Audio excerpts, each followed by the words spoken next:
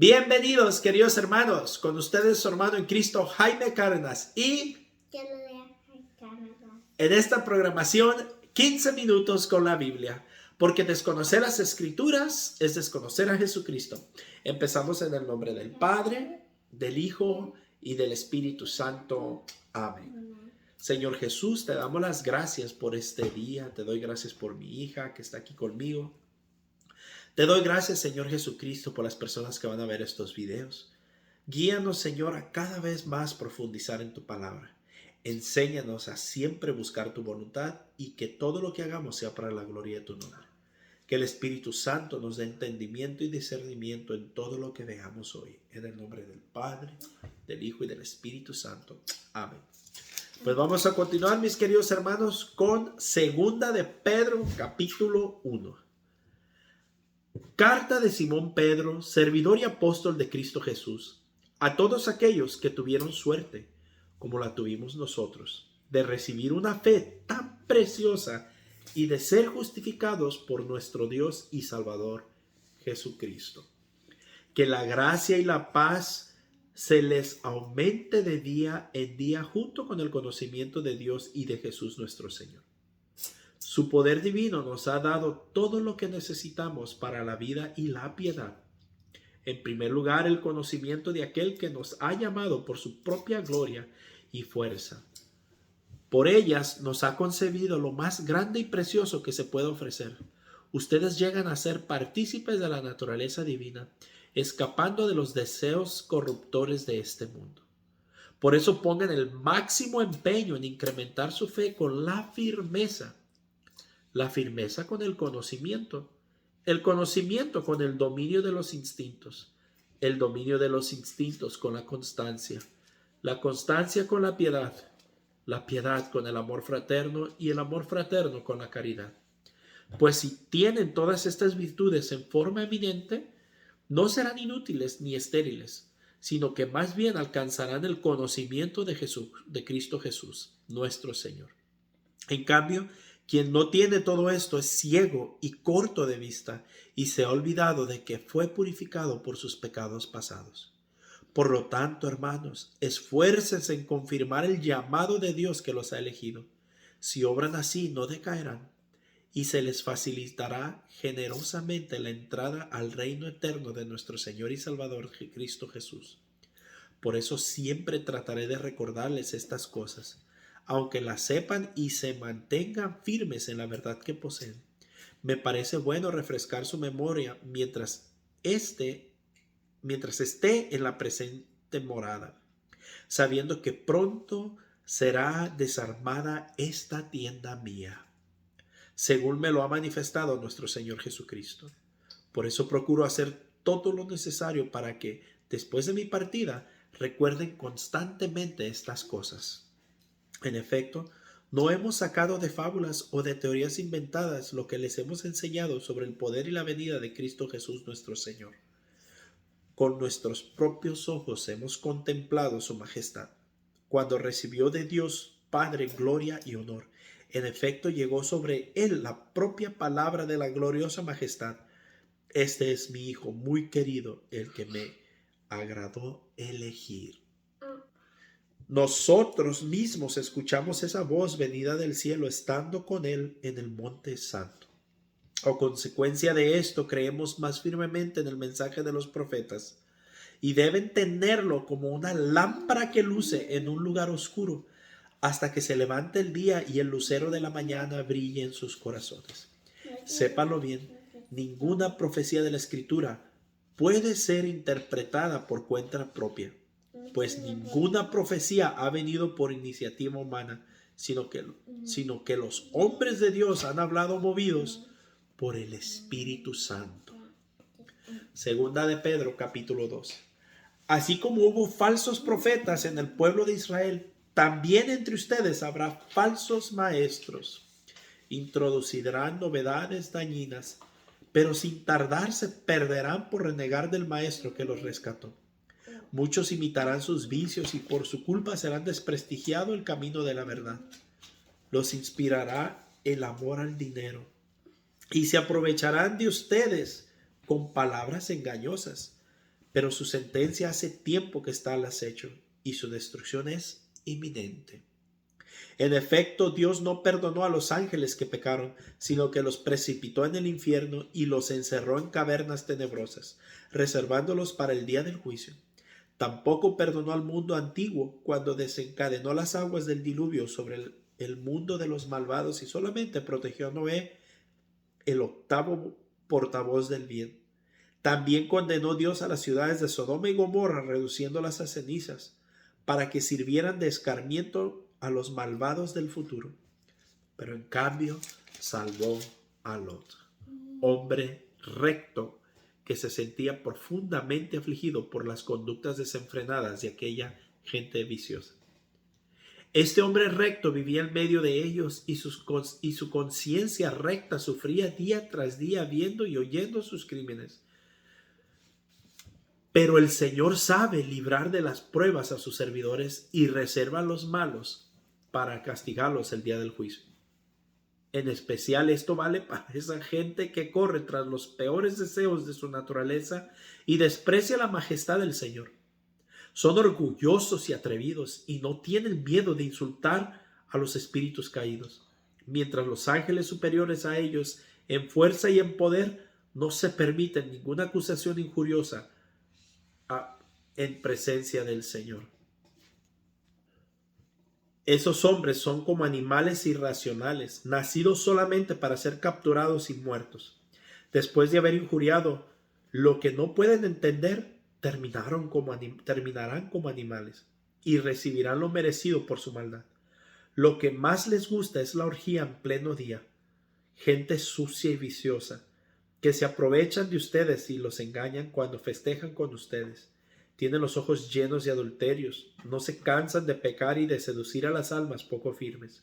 Son gente maldita que tiene el corazón ejercitando la codicia.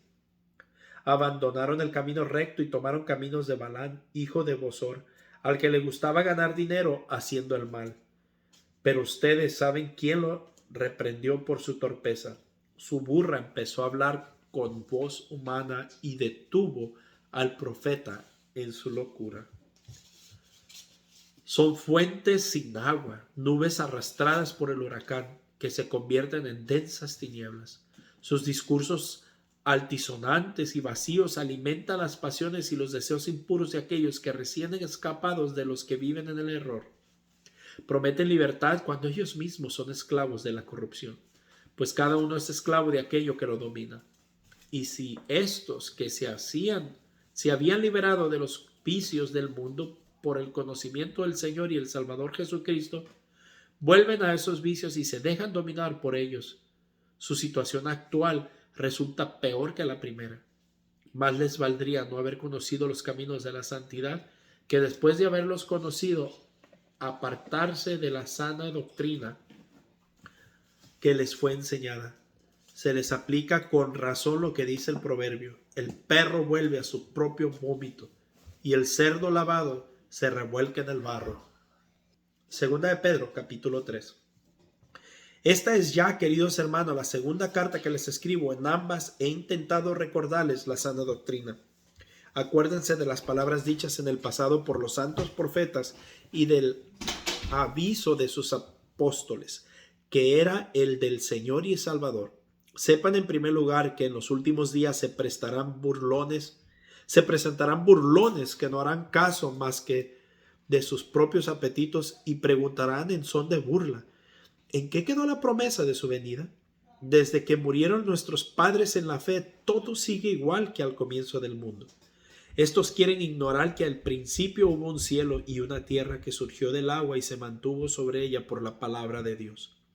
Y por la misma palabra este mundo pereció anegado por las aguas del diluvio.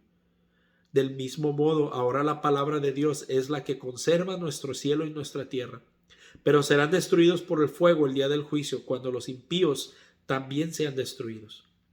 No olviden, hermanos, que ante el Señor un día es como 1000 años y 1000 años como un día. El Señor no se demora en cumplir su promesa, como algunos dicen, sino que es generoso con ustedes y no quiere que se pierda nadie, sino que todos lleguen a la conversión. Llegará el día del Señor como hace el ladrón. y entonces los cielos se derramarán entre un ruido ensordecedor.